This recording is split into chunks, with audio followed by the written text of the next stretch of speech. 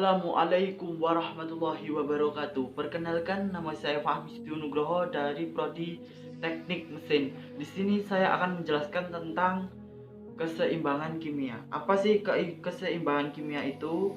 Keseimbangan kimia itu sendiri adalah keadaan di mana seiring dengan berjalannya waktu tidak terjadi perubahan konsentrasi baik pada reaktan maupun produk meskipun reaksi masih tetap berlangsung. Keadaan ini hanya dapat terjadi pada reaksi reversibel, dinamakan senyama, dapat berperan sebagai reaktan maupun produk sehingga menghasilkan konsentrasi konstan. Berdasarkan arah reaksi kimia dibagi menjadi dua, yaitu reaksi searah irreversibel dan reaksi balik reversibel. Apa sih arti dari reaksi searah irreversibel? Yaitu reaksi yang berkesinambungan, karena jika salah satu zat reaksi habis, maka reaksi akan berhenti. Contoh, A ditambah B menjadi C ditambah D. Ini enggak ada yang ini. Yang pertama, reaksi searah ini cuma satu, yang ke panahnya. Jadi kalau A ditambah B ini cuma sekali menghasilkan C atau D. Kalau A dan B ini habis, maka tidak akan menghasilkan C dan D lagi. Dan A dan B ini dinamakan reaksi, dan C plus D ini dinamakan hasil reaksi atau produk. Reaksi balik atau reversibel artinya adalah reaksi yang berlangsung dua arah. Artinya zat bereaksi dapat membentuk hasil reaksi, dan hasil reaksi tersebut dapat bereaksi kembali membentuk zat pereaksi. Apa sih artinya itu? Gini, ini kan A plus B menghasilkan C plus D. Jadi ini ada dua panah, maka menghasilkan bisa bolak-balik. Kalau A dan B ini habis, maka yang D sama C ini akan berbalik menghasilkan A plus B. Lebih mudahnya gitu.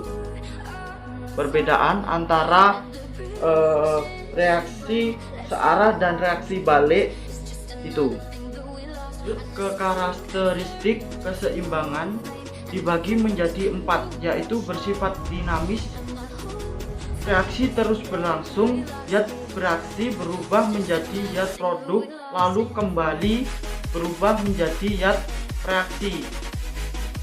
Yang kedua, laju reaksi berbentuk produk sama dengan laju reaksi berbentuk reaksi zat reaksi. Jadi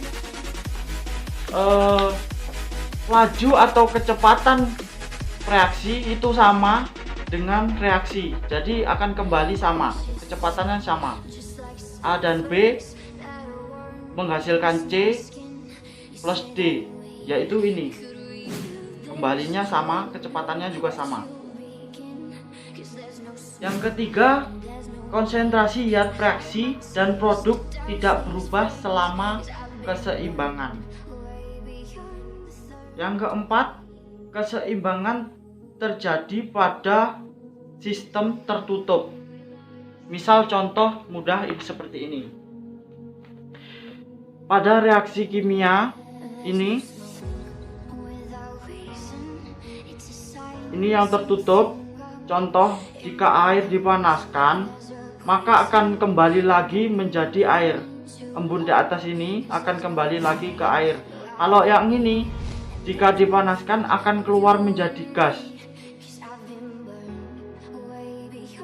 Lanjut ke jenis-jenis keseimbangan. Ada dua jenis keseimbangan, yaitu keseimbangan homogen dan keseimbangan heterogen. Arti dari keseimbangan homogen yaitu keseimbangan yang di dalamnya terdapat zat-zat dengan wujud yang sama. Contoh, misal ini ada gas nitrogen plus gas hidrogen menjadi gas amonia. Jadi sama-sama berwujud gas, dia akan juga menghasilkan gas juga. Contoh lagi ini, Fe3 plus larutan plus SCNC larut SCN larutan menjadi FeSCN larutan. Jadi sama-sama larutan, yang atas sama-sama gas. Jadi kayak gini contohnya, sama-sama gas, ini yang atas, ini sama-sama larutan. Itu yang dinamakan dengan keseimbangan homogen. Yang kedua, keseimbangan heterogen, yaitu keseimbangan yang di dalamnya terdapat zat-zat yang wujudnya berbeda. Misal contoh ini CaCO3.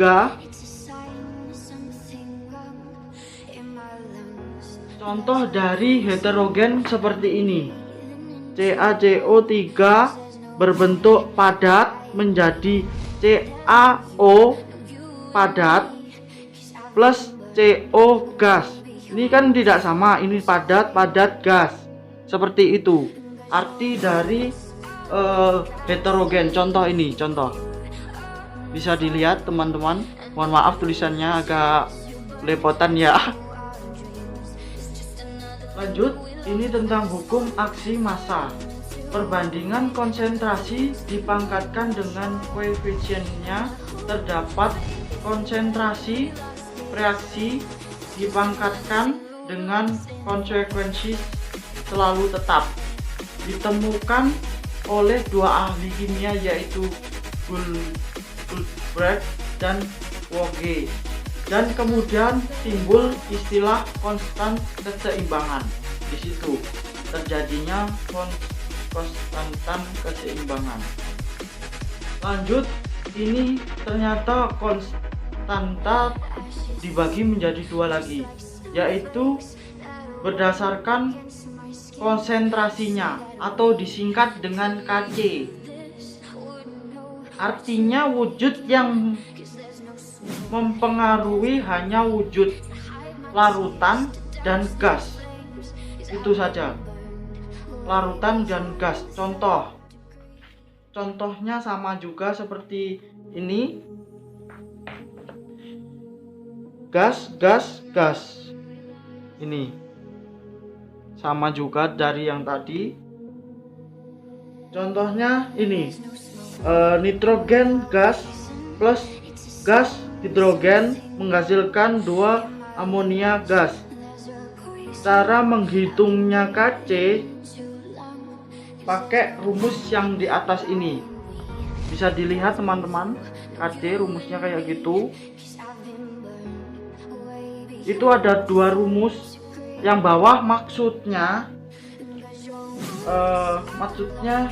ini kan, yang CaO padat plus CO2 gas menghasilkan CaCO padat. Ini kan di atas sudah dibilang hanya wujud larutan dan gas. Ini ada padat. Jadi ini tidak boleh. Saat menghitung ini dicoret diganti dengan 1 per yang ini tadi, CO2 gas gitu. Lebih mudahnya rumusnya, jadi yang di sini ini dijadikan di atas, lalu diper sama yang ini. Lanjut ke berdasarkan tekanan atau disingkat dengan Kp. Wujud yang mempengaruhinya hanya wujud gas saja. Jadi larutan padat tidak digunakan, cuma gas saja yang digunakan pada berdasarkan tekanan yang disingkat dengan Kp ini. Suatu contoh ini, tetap pakai yang atas ya. Nitrogen gas ditambah gas hidrogen menghasilkan gas amonia. Jadi ini yang dipakai. Kalau rumusnya sama seperti yang atas tadi, cuma ditambah dengan P. Maksudnya P ini adalah tekanan. Bisa dilihat teman-teman. Yang ini cuma dibuat untuk menggunakan atau menghitung yang suatu contoh yang ini seperti KC tadi. Ini tidak ada padatnya, harus dicoret-coret, yang dibagi 1/CO2 gas gitu. Itu saja penjelasan dari saya tentang reaksi kimia.